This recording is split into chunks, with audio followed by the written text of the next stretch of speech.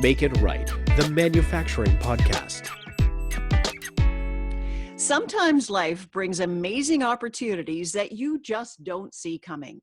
Back in 2015, Katie Anderson was running her own lean and leadership coaching business and raising a young family. When her husband was offered an 18-month assignment in Japan, she was up for the challenge. She had no way of knowing that it would lead to a partnership and friendship with Toyota Leader Isao Yoshino and a new perspective on the role of learning in lean and leadership. Welcome to the Make It Right podcast. This week, we look at the 3 L's: leadership, lean, and learning. I'm Janet Eastman, and I'm joined by leadership advisor Kevin Snook. Hi, Kevin. Hi, Janet. Always good to be here. And we're pleased to have Katie Anderson as our guest. Welcome to Make It Right, Katie. Good to see you this morning. I know it's really early on the Pacific Coast for you. It's all great. It's good to be here. Thanks, Janet and Kevin. So 2 months ago, you published this book, Learning to Lead, Leading to Learn, Lessons from Toyota Leader Isao Yoshino on a Lifetime of Continuous Learning. So congratulations on the book. It looks fantastic. All the stuff I've read is great. There it is. Yeah. Beautiful. So before we talk about how you actually met him, let's have a little bit of background on you, because you have a lot of lean and leadership background, but it really was in the healthcare side of things initially. Yes, I came into the continuous improvement space, which now I work across manufacturing industries, biotech, so many others, from a healthcare background. I actually started off my career doing healthcare policy research. I have a master's in public health, and I had a career pivot, sort of mid-career, about 15 years ago, when I realized for me that I'm a learner by the deep in my heart. But what wasn't working for me in academia was that the things I was impacting weren't so tangible. It was advising for the future or looking back at the past. And I really wanted to work more directly with people.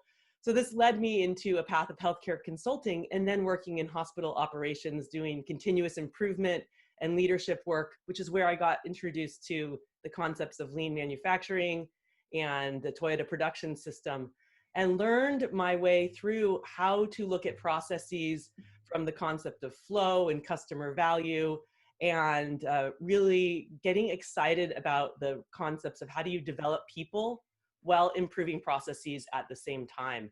And from there, moved into more senior leadership roles in healthcare organizations. And then 7 years ago, started my own consulting practice. And then, as you said, just a year after starting my consulting practice, we had this incredible opportunity to move to Japan for my husband's job, which has now transformed me personally, and also has given me so much more insight into leadership and continuous improvement, not just in healthcare, but in manufacturing industries and other industries as well. Okay, so you have a huge varied background. Yeah. Let's move forward, because that was 5 years ago. You now have this whole other life where you're doing all kinds of conferences with Mr. Yoshino. You've written this book, etc. How did you actually meet this man and get this opportunity? It was serendipity in terms of our meeting. I was at a conference speaking about 6 months before we moved to Japan, and Mr. Yoshino was there speaking on stage with his former mentor, who was the very first non-Japanese employee of Toyota. And they were on stage talking about their role as manager and direct report. And Mr. Yoshino said some really powerful things, which has been the framework now of leadership to me, which is a leader's role is to set the direction, provide support, and develop themselves at the same time. But fast forward, we met at the conference. He gave me his card and said, when you move to Japan, look me up. I'll take you to Toyota City. We'll spend the day together. And at that point, I'm like, yes, I'm going to have an amazing experience, not just personally, but for me professionally. And, when you carpe diem, when you have that opportunity to spend time with a sensei, a true leader who leads with the heart and the mind, I made it a priority to jump on that bullet train and get down and visit him in Nagoya often. And we developed a really strong friendship from there. So it was luck and seizing the day at the same time. So basically, did you have an immediate connection to this man when you first met him? We did. I mean, You know, it was a very short first meeting back in California, but when that time we met together in Nagoya and then in Toyota City, we just had this great experience. Actually made my husband take the day off of work. So I'm like, this is going to be a once in a lifetime experience. It wasn't, because now he like stayed at our house and like he and I are so close. But yes, and you know, looking back on it, I think that some of those core values that we both have are what cause that synergies. We both have a deep desire for learning and helping other people, and for leading international lives that are connected with people around the world. And I think that that basic synergy on some fundamentals in our lives transcended gender or race or country of origin or you know, all the different things people say. How are you guys such good friends? But we really connect on those fundamentals. Okay, so how has your leadership perspective changed since you met him and started talking to him about leadership? I would say my perspective hasn't changed per se, but more has been enriched and deepened. So things that I knew and had experience in or had the sense of, I now have a much richer depth of knowledge in terms of what it means to be a leader, validation that some of the things that I consider important about how you show up to help other people while still retaining your own expertise. His experience over 40 years at Toyota really validated and confirmed that too. And that we're not perfect and we all have mistakes and failures, and how we can really use that as a source of learning. Okay, so this is where I really think, Kevin, you need to come into this conversation, because this is all the stuff that you've been saying all along. So there's a really nice triangle here of conversation where you all say the same thing. Yeah. Well, there's a lovely part that you mentioned there, and you have to remind me again. You said the role of a leader is to set direction, provide support, and Develop yourself. Develop yourself. Okay, so yeah, that's fantastic. You know, I've been talking about what I call the align process for a long time, and one part of that is aim from the heart, and I want to talk a little bit more about the heart in business as well. But one part is aim from the heart, which is basically my set the direction. And then further down with G is give help and support. And I quite often say the two key roles for the leader is to set that clear direction and then to make sure that everybody can get there by giving help and support. Can you explain a little bit more or expand a little bit more on that setting the direction? Because for me, it is aiming from the heart. It's really being passionate about the direction that you're taking the business so that you can inspire other people. Is there anything else that Mr. Yoshino would put on that? Yeah, so I want to address that from two angles. First, from the business perspective that you've talked about. Yes, setting that direction is really about having a clear understanding of purpose, and that is connected to the heart, and how you're connecting people to that purpose and aligning them. He also talks about setting a challenge that is seemingly impossible, but not one that sets up people for failure, but challenges them to go beyond what they thought was possible. And that's where the important part of providing the support is there. You don't just set a challenge and then say, good on you, go for it. It's about how you're then setting up the system structures and support that enable people to move towards that challenge. I also, I really believe in that leading from the heart and from the heart as well. And there's this concept that I call leading with intention. And the word intention has been important to me for a long time. When I moved to Japan, I didn't have business cards. Of course, you definitely need a business card. And I didn't have a business logo. So I told the business card company to put the word intention on my card. And the kanji characters for intention in Japanese come partially from the word heart, and then a symbol meaning direction. And to me, this really means that how do we connect with our heart, what's most important to us, our purpose, and then how do we align our behaviors in that direction, in service of that direction. And so the intention is really about leading with the heart and having the actions that will help you get there, both what you need to do as a leader and also how do you help other people align their actions in that direction as well. Yeah, that's such a beautiful way to put it. And I actually did a talk, a keynote over in Poland, and 2 years ago now, and the whole sort of theme of that was intention. and how you want to set intention in everything you do in life.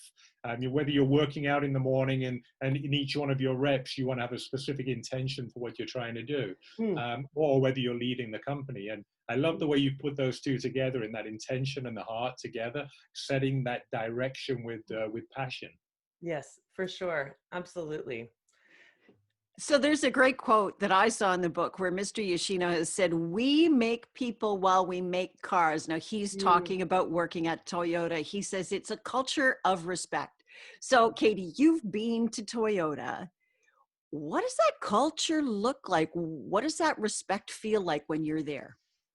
So most of my experience of going to Toyota is more from as an outsider perspective. So going and taking the leaders from around the world who come to Japan to learn with me on my Japan study trips. And you can observe how people are engaged in problem solving at every level of the manufacturing process. It's amazing watching the production floor. And then my behind the scenes knowledge has really come from talking with Mr. Yoshino for the last 6 years and understanding how Toyota intentionally developed that culture by putting real effort behind ensuring that their managers at all levels understand what it takes to provide the support to their people. So how do they engage people in problem solving every day, from the front line, but also in the back offices, into middle management as well, where it's so easy to fall into more of a command and control siloed approach. And so it's about the intentionality from leadership to ensuring that there is this chain of learning across the organization, as he calls it, so that managers are developing their people and really showing up to ask them for their opinions. And, if you go to the frontline workers put in hundreds of small suggestions or Kaizen every week. And they talk about with such pride about how those small micro improvements have together created the production line that you now see when you go there. They're like the real ballet performance. So Kevin, this is you talking about the frontline workers being able to say all the way up the line, listen to what this is, because this is a problem for me. If we fix this problem, then we can improve everything. So I'm sure you've got a question in here for Katie, so go ahead. There's so many that are coming up as we're talking. I love the fact that you're mentioning the frontline employees, because I say that they're the ones who make the decision every second of the day that determines the success of the business. And somebody has to be listening to them, right, in order to be able to make that happen. It seems like there's a whole load of consistency and discipline that are required, and not discipline in terms of holding, disciplining people, but discipline within yourself in order to be able to continuously improve. Why is it that you see some companies find that really difficult? Because there's definitely some blocks in some companies where that, whether it's consistency, it just seems much more difficult for them to keep going on the journey. For sure. I think back to my time in healthcare in particular, where this is where you have, of course, people who are passionate. They're truly there because they care about the product or service, the patient, the customer, and everyone's there. They want to do a good job. My experience is that this is where we have this disconnect of intention. You want to help, you want to do a good job, but there's so much sense of urgency or pressure that we need to meet the goal or the outcome without looking at the process, or that everything's a 5-alarm emergency fire that has to be put out now. And so our habit is then to just jump in and be directive and tell everyone what to do because it feels easier. And that's what we've sort of been trained to do and rewarded for as we're growing up and in our adult lives. So I think in my experience, it's less of a desire of it's not someone not wanting to help. It's less of that, but more that the habits we've created are not aligned in that. And so I like what you said about discipline, where how do we start slowing down a little bit, and how do we start even putting in place some structures that help people be more disciplined? It can be as simple as saying, today I want to ask three people 3 questions about what they're doing. And then I'm going to reflect at the end of the day on how I did that and start building little habits, but using the structure to really create those habits, and also declare your intention and then have some accountability both to yourself and others. Kevin? Yeah, I'm sorry, I'm going on and off mute. Yeah. With that whole idea around getting the people individually involved in things, and then having the kaizens from everybody, you need to have a structure that is willing to listen to them, and also be able to say no at times, right? Because you can be overloaded with great suggestions. Some of them are not going to meet the top level of priority at this point, maybe later on. Is there a technique or a tactic for saying no, thank you for the suggestion, but no, we're not going to pursue that? One thing that I saw work really effectively, and again, this is a healthcare example, but you could use this in any industry, was that when a group was starting to try and bring forward more ideas from the front line, like those simple suggestions, even have a visibility wall and also have some criteria that the group is aware of and perhaps had some input in developing. And then there could be even, there's some criteria, no, this is not something at all we're going to work right now. And then there is, the leader, the manager can review each of the items with the team at a certain time of the week. And the team has some opportunity to help prioritize, or yes, that's easy, or the person takes it forward to move it forward, or agreed, like, that's a great idea, but there's this more complexity to making that happen.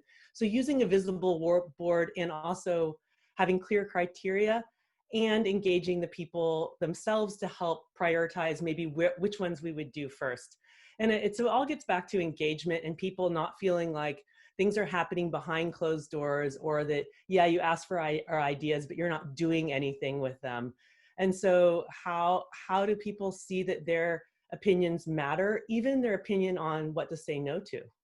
Mm-hmm. I think it's really interesting. When I was reading in the book, there's this culture of, it's not a culture of failure. It's a culture of accepting failure, because you have to try stuff. You have to try stuff, and it's okay to fail, because eventually we're going to figure out what makes this work properly. But what's it like, or what have you learned about working with that culture of failure and where it can take you? Yeah, so it's pretty special to hear Mr. Yoshino's stories. Particularly, he had these 2 very different, 2 very different failures. One that bookended his career. One when he was 22 and he was a new employee of Toyota, and he had this big mistake. He was assigned to the shop floor as, even though he was a back office worker, they wanted him to get experience of the true value creation of the company. So for 2 months, he was assigned to the manufacturing floor. And his job was just to pour the paint and the solvent into a tank that was going to paint the cars. And one day, the shop floor manager ran up to the paint shop and said, "The paint is not sticking to the cars." And it turned out that he had, done something wrong in his pouring of the paint and the solvent. But instead of yelling at him, he was worried. He just started at Toyota and he's 22 years old. But instead of yelling at him, the paint shop manager said, "Thank you for making that mistake. We are sorry. We did not set up the conditions for you to be successful at work," because they realized they hadn't labeled the paint cans in a very clear way to make it easy for him to do the right thing. And I mean, what an amazing first experience. And he said that similar thing happened to other new hires who were like making mistakes on the shop floor as they were learning things. The managers would say, "Thank you for making that mistake. Now we see that there's an opportunity for improvement." And my mind was blown away when I first heard that story. And he was laughing. He hadn't heard of it in years, but it set him on a certain trajectory. He knew the kind of leader he wanted to be, someone who had that response. But I think back in my experiences in almost any company or industry that I've been in, how that response would not have been the typical sort of first response by anyone. We're habituated to blame the person and kind of be angry, rather than truly, maybe there was an initial first response of, but like coming forward and thanking someone for making the mistake and taking ownership for that. And then fast forward 40 years, Mr. Yoshino was responsible for a multi-million-dollar new business venture, Toyota's water ski boat business in the United States, which very few people know about because it was a failure. It was the Lexus grade water boat, and it failed for many reasons, but it was Mr. Yoshino's idea, and he was in charge of production. And it was a pretty hard thing for him to have this significant failure. But even so, Mr. Fujio Cho, who was then the president of Toyota, told him, it's okay that you failed. We had a responsibility we were new to the boat business, you were new to the boat business, and there's things we've all learned about how to do this. And he was reassigned to he was at the end of his career. He was at his retirement, but he still had a few more years that he wanted to work, and he was given another pretty amazing opportunity. And so again, it was leadership's response to those like failures or mistakes that really, I think, say so much about the Toyota's culture of learning and respect for people.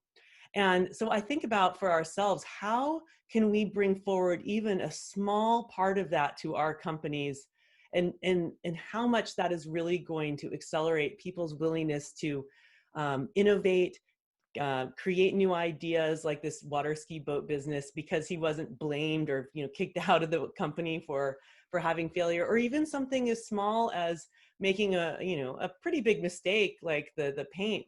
But what that means for people's willingness for how they show up, their creativity, and just feeling that they're part of a company that truly cares. And as you said, Kevin, leads with the heart as well. I'm really interested in your perspective, Kevin, and what you've seen in organizations as well. No, you said that beautifully. And I was working with a company just today, and everything's virtual at the moment, right? Because we can't get around and visit people so much. And so I was working with a company today. We've got 9 people on a Zoom call. And what I realized during the conversation, and I let them know this, was the way that people were listening.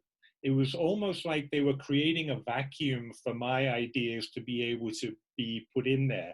Sometimes when you have ideas and you feel like you're hitting a wall, this wasn't just that they were being absorbed. It was almost like they were being pulled into a vacuum. And I think that part of the culture that you're talking about being created, going in with a problem, and rather than just, kind of, it's okay, not beating up on them, but actually pulling that out and saying, no, it's fantastic that you've made that.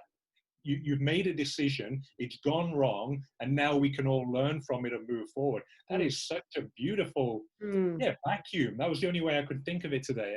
And I love that idea that you're actually pulling ideas out of people and you're giving them the confidence to be themselves and actually come up with this. It's a lovely way to put it. I thought it was really interesting that we talked last week with a gentleman by the name of Peter Gibbons. He's the CEO at Tire Hub, and he talked about failure. And he said, it's all just information. And without the information, you can't make improvements. So if you're having a failure, tell us about it, because it's just information. We're not going to get angry. We need that information in order to improve. Yes. Mr. Yoshino talks about, he calls it bad news first. And how can you lead as a leader with asking for bad news first? And it's great, you want to hear good news because you want to celebrate it, but your role as leader is to help respond to bad news and not come in a punitive way, but come in with that support. And, it's the same thing. Mr. Yoshino knew his boat business was failing, and he asked Mr. Cho to come out and visit, and he did. He made it all the way out to Florida, which was not easy for him. And so what's our response as a leader? But for any, it's the concept of pulling the on, and Kevin, getting back to that front line, something that's so different, different at Toyota. Many companies now have this approach, is how can workers know the clear expectations of what they need to get done in a short period of time? And if they're not able to do that, how do they signal for help, and that they actually receive help to solve problems? So if they can't immediately solve that problem, how do they get their team leader to come and help them? And if the team leader can't help them in a certain period of time, how do they pull a cord or signal a light, and how the group leader comes out and helps them? And that's what I think is, going back to what I've observed at Toyota, it's amazing. You see those lights going off all the time because people are signaling there's a mistake, there's a problem, there's an issue, but it's because there's help, and they're asking for help and they're receiving help. And so what a powerful transformative experience if we can have more of that in our organizations as well. Mm-hmm. Kevin, you're nodding. Yeah. Yeah, that the ability to ask for help, but also having the receptiveness to the help. Having people listening. We talked a lot on this podcast, Janet, about listening and how important that is as a leadership trait. But listening with a real intent to help, and that comes back to your intention again, right? It's really, I have an intent to help. I really am desperate for the organization to move forward.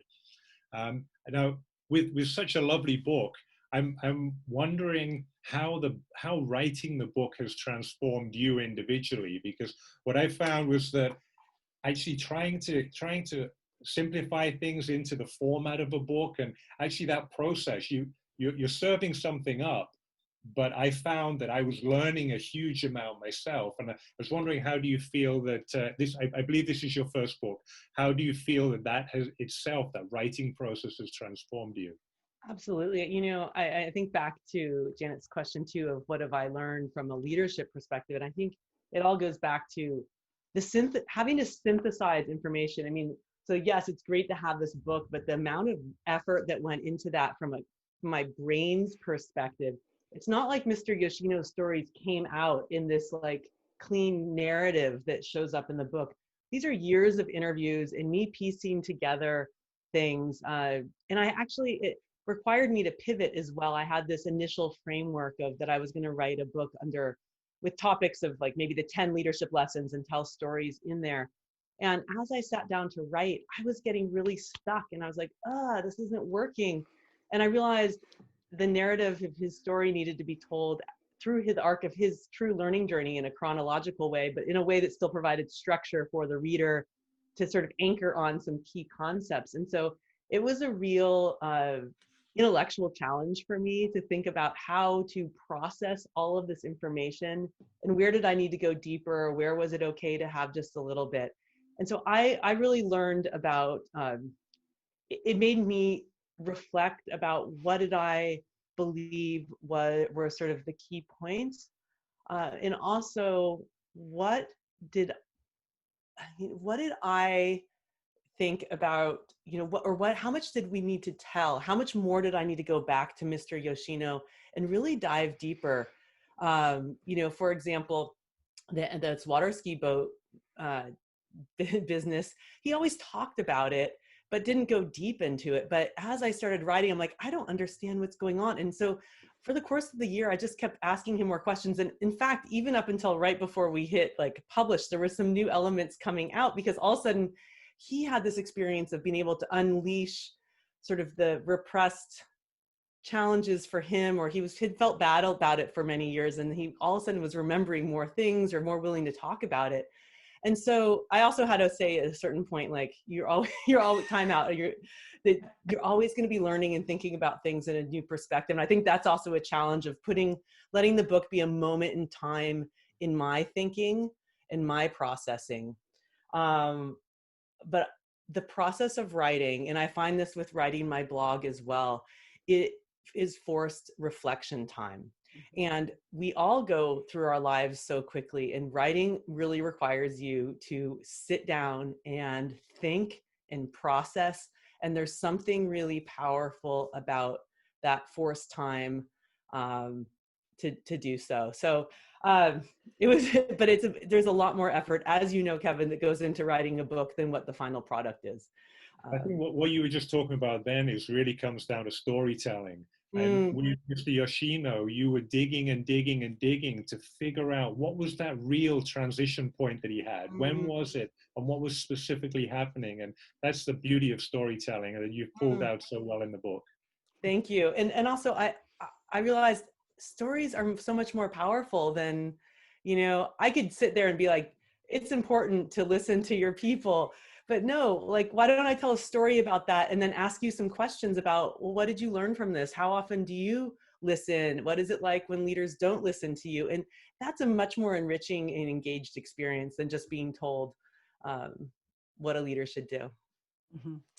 We have one last question because we're running out of time, Katie, but I wanted some final key takeaways that you would like to share from your entire experience. I don't care what it is, but what would you share with leaders right now based on all of your experiences in the last 5 years? Yeah, great. It all goes back to that concept of intention and really connecting with what is your purpose as a leader, what's most important, and creating self-awareness for yourself about where are those times that you're really, your strengths, you are really aligned with achieving that purpose. And then where are the times that your habits are more limiting? You know, Kevin mentioned some of those, maybe not listening as effectively. And so what does that mean? What does listening more effectively look like? How are you going to change that? How can you ask more questions? What are the things you need to do? And how can you create those habits to be aligned in that direction? And so that's the whole develop yourself as well. And I think if we can get back to a habit of setting some intention every morning about how, not just what are we going to accomplish our goals, but what's our intention for being, sort of who do we want to be as people and leaders? What are the things that we're going to do to demonstrate that? And then have some time for reflection, even if it's 5 minutes at the end of the day, about how effective was I that and then what I need to change. And that's the true plan, do, study, adjust cycle. Okay. Katie, thank you so much for talking to us today and good luck with the book. Thank you so much. I hope people enjoy it and learn as much as I have from working with Mr. Yoshino. Yeah, like it's only been out 2 months. It's available on Amazon so people can check it out. You're also doing a keynote. You and Mr. Yoshino are the speakers at the AME Toronto 2020 virtual conference, which is Wednesday, October 28th from 10 till 11 a.m. So if people want to check that out, we're going to put that link on the website so they can go and watch the conference. So thanks again and good luck to you. Thank you so much, Janet and Kevin. It's been a pleasure. So that's our show this week. Please check out our Twitter and LinkedIn feeds that are on our podcast page and subscribe and share the podcast with your friends and colleagues. We're on iTunes, Google Play, Stitcher, Spotify, and YouTube. And Kevin's book, Make It Right, 5 Steps to Align Your Manufacturing Business from the Front Line to the Bottom Line is available on Amazon, as is Katie's book. So you can check it out. It's called Learning to Lead, Leading to Learn. And thanks a lot for joining us this week for Make It Right.